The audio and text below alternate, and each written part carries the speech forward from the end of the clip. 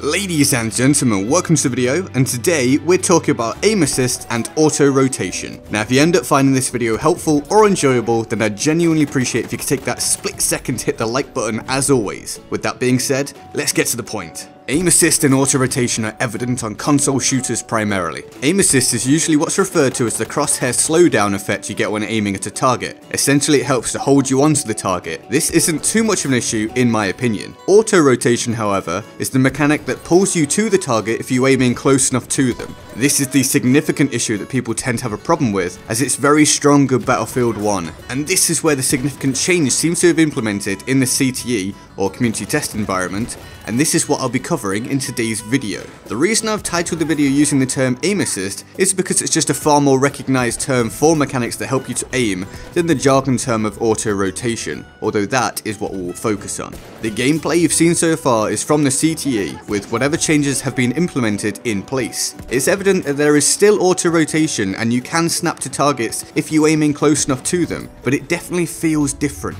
Now I've been unable to find absolute clear-cut confirmation of this, but I've seen it mentioned in several places and by reputable sources that the auto rotation has been reduced by about 67%. A couple of people have had interactions with DICE devs, and it seems to be widely accepted that the auto rotation in the CTE now stands at a third of what it currently is in the full game. That is a significant reduction, like a really significant reduction. Some people are saying that the CTE feels more like Battlefield 4 now with the auto rotation reduction in place. I can't comment on that due to having never played Battlefield 4, but I can say that it definitely feels more challenging to acquire targets in certain situations on the CTE. Now of course, without pure absolute confirmation, this could all be placebo effect, but I don't think it is. And if it does happen to be, then everything I'm about to say you can take as what the game will feel like if they do at some point choose to implement a reduction to auto rotation.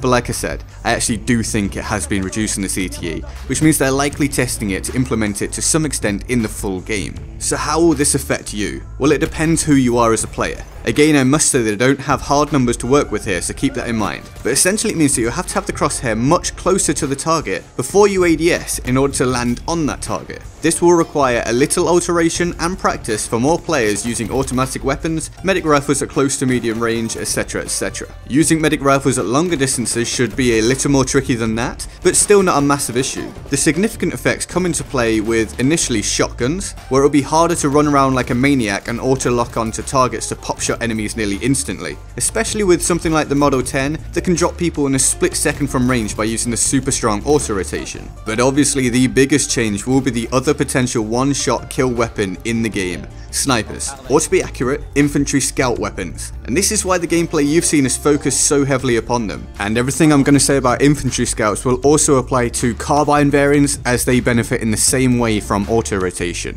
Infantry scouts have been a significant problem in Battlefield 1. Some time back I gave my thoughts and tips on using the Martini Henry infantry and how it's just easy to use when you know what to do. Literally easy. You can drop people so quickly and leave them with almost no chance to counter you. The other problem is that the infantry scout weapons made the scoped weapons feel extremely inferior due to the extreme strength of the auto rotation on the infantry variants, and you don't get this on the scoped weapons. You don't get auto rotation, you actually have to aim on the target. So if you enjoy running around with infantry scout weapons, well, it might be about to become a lot more challenging for you. It will still be possible to be effective with them, but it will require far more precision.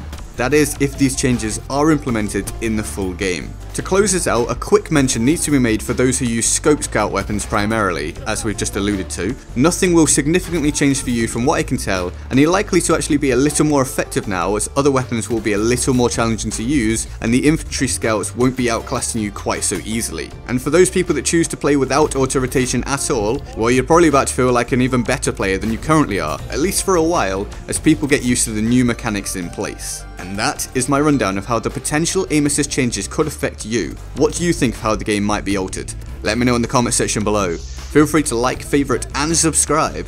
I'm GetGoodGuy and I'll see you next time. Laters.